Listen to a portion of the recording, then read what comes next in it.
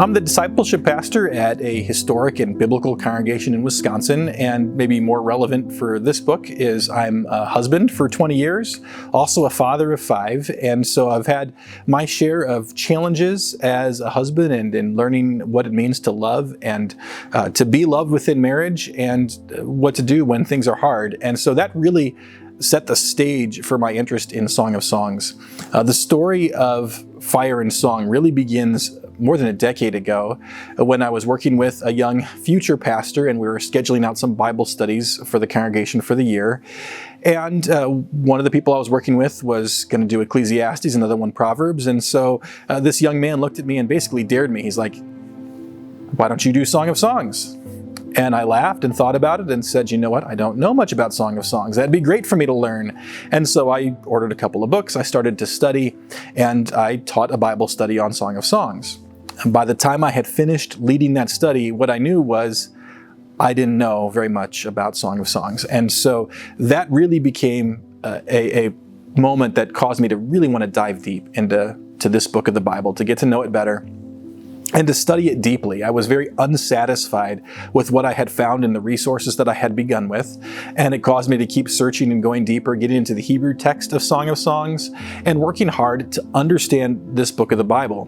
And a real part of the reason this became a passionate project for me was that as I was studying, I was also applying Song of Songs within my marriage. And so I was finding, as I'm reading in Song of Songs and interpreting this poetry, the poetry is helping me deal with the conflict in my relationship at home. And it's teaching me how to love my wife in a way that she responds to. And it's giving me an accurate picture of what a relationship between a husband and a wife can look like when God's love is at the center of it. And so my own marriage started to thrive as a result of this study.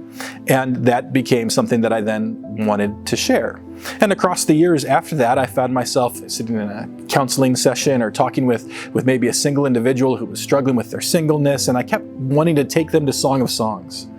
And yet there was no great resource that I could hand to them and say, "Read this, and it's going to help you understand, and you're going to find that it benefits you immensely." And so I kept looking for that, and then I started thinking about, can I create that? One of the challenges in Song of Songs is that we're talking about Hebrew poetry that's 3,000 years old. So if you think about Shakespeare, that's about 500 years old, and it was written in your own language, and most people struggle quite a bit to interpret Shakespeare. Add a layer of translation from another language, make it 6 times as old, that's a challenge, and it requires a lot of study. And so as I was trying to figure out what's it going to look like to be able to take Song of Songs and present it to people, do I try to teach this on a video? Do I try to create a book that explains Song of Songs? Well, those things already exist. The trouble is, we need something that captures the beauty of this poetry as well.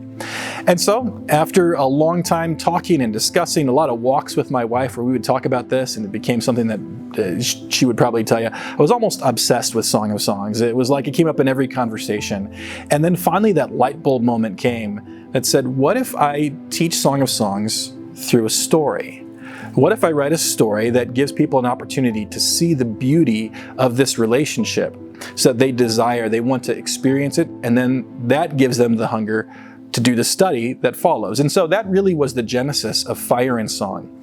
Fire and Song is, first of all, a novel. It's an opportunity to start reading from page 1 and just read through this story of Max and Emily and what God does in their life as they go through a very difficult time. God works through Song of Songs, and so you begin to see how God's Word can apply in your own marriage as you see how God's Word applies in their marriage.